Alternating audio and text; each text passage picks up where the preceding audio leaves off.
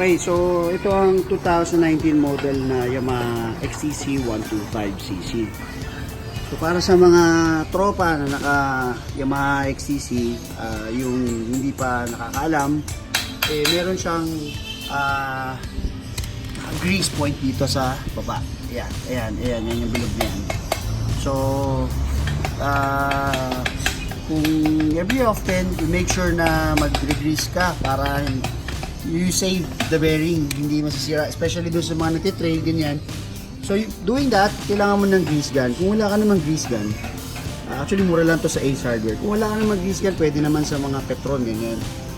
Tumatanggap sila ng ganyan. Tutusok mo yung grease gun dito, tusok mo yan dyan, then you pump the grease gun using this. Pump mo lang. So paano natin malalaman kung puno na siya or okay ka na? Well, unang-una lalabas na yung grasa, hindi na siya papasok. At the same time, makikita mo dito sa gilid, makikita mo dyan, lalabas yung grasa. Doon din, sa kabilang side din, meron din, lalabas din yung grasa doon sa kabila. Sabihin nun, puno na. Well, good to go na tayo. So para sa mga hindi nakakalam, malaking bagay ito sa mga nag-trail, nag-motocross. Right? Thank you.